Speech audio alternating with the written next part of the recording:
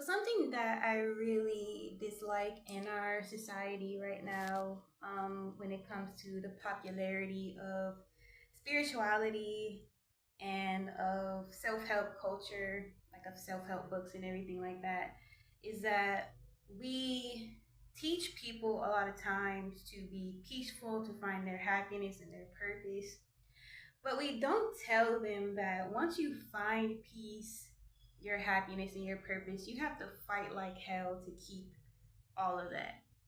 Because we live in societies that are interconnected and coexisting with other people, it will be the greatest thing if we can just protect our shit and just go from there and be all peachy.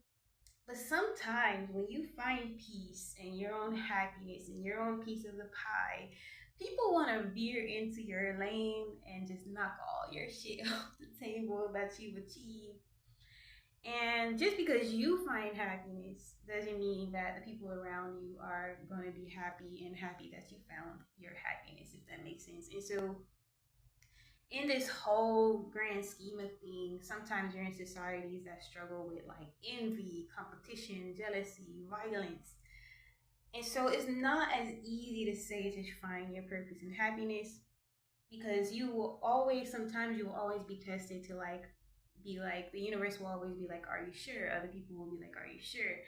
Other people will try to sabotage directly, undermine you, and it doesn't mean that you're wrong or that you're not happy or that you're not like consistently enlightened. It's just the reality of coexisting in the world with other people. And so then it becomes that self-help and meditation, all these things are tools, but not the end all be all. And it's understanding the cause and effect of coexisting in the world with other people. And so sometimes self-help and spirituality becomes this thing where people think they're failing or something. And not to mention there's real life oppression. I'm even marginalized and I'm a spiritualist. It doesn't mean that we're on the wrong path. It just means that we're coexisting with all these power play dynamics in the world and everything. And if we lived in a remote world where nothing's happening, or like monks, perfect.